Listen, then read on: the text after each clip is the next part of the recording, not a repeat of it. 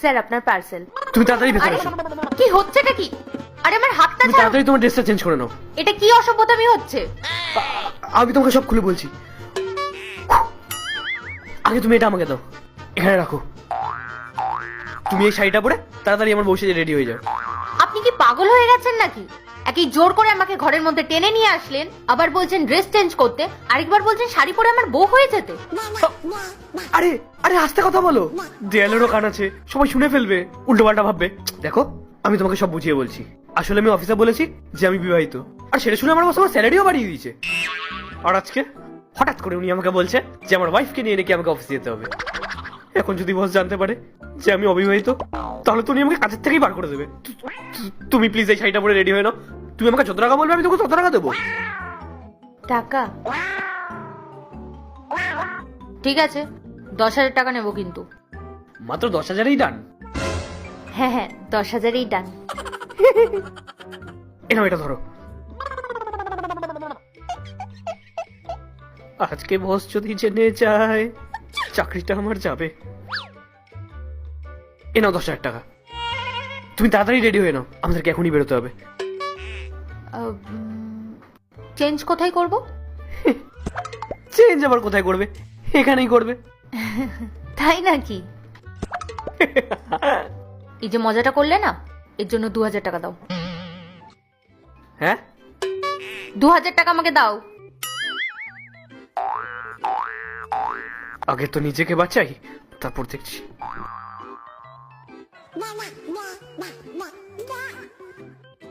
এবার বলো রুমটা কোন দিকে? এই যে সোজা দেখছো, এই সোজা গিয়ে বাদিকের রুমটা। ওকে।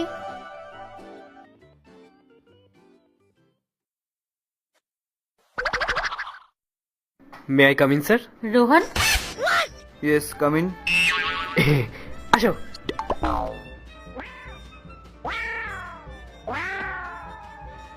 বসো।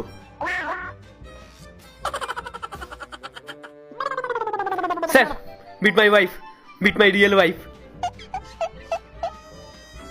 মাই ওয়াইফ স্যার।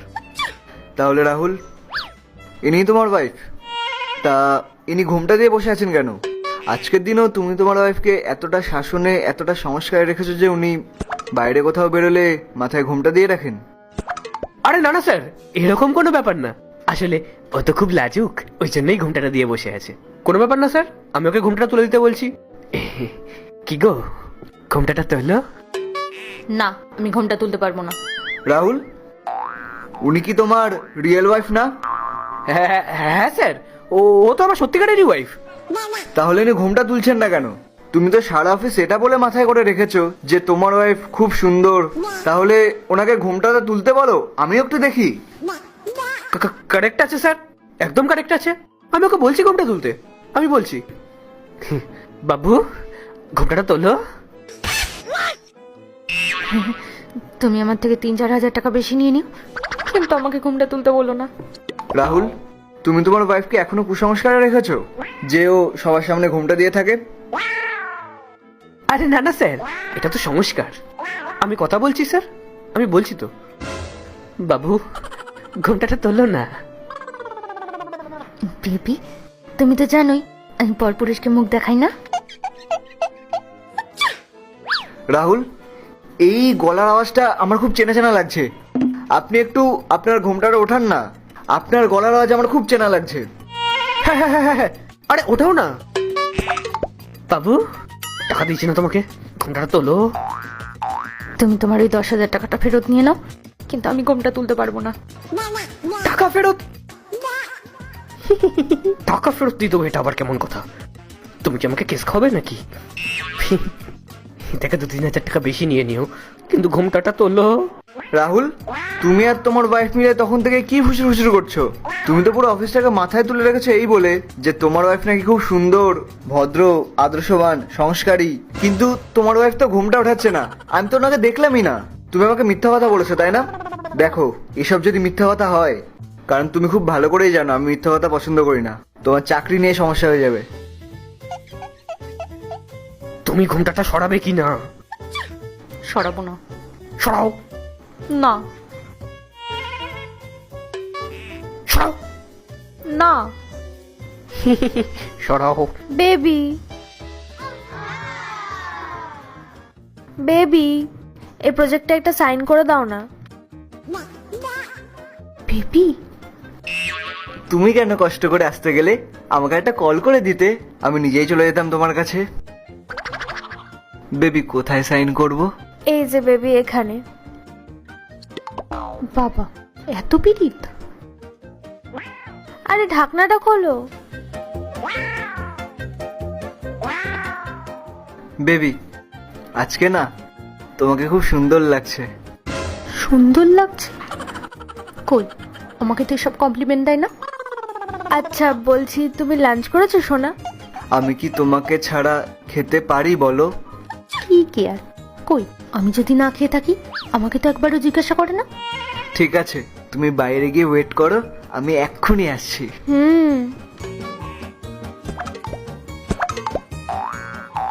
বাবা, আমার পেছনে তুমি অফিসে এইসব করে বেড়াচ্ছ? দাঁড়াও, তোমাকে দেখাচ্ছি মজা আমি। হ্যাঁ, কোথায় যেন ছিলাম আমরা? এ তোমার ওয়াইফ কি ঘোমটাটা তুলবেই না? ঘোমটা তুলতে বলো। ঘোমটা তোমাকে তুলতেই হবে।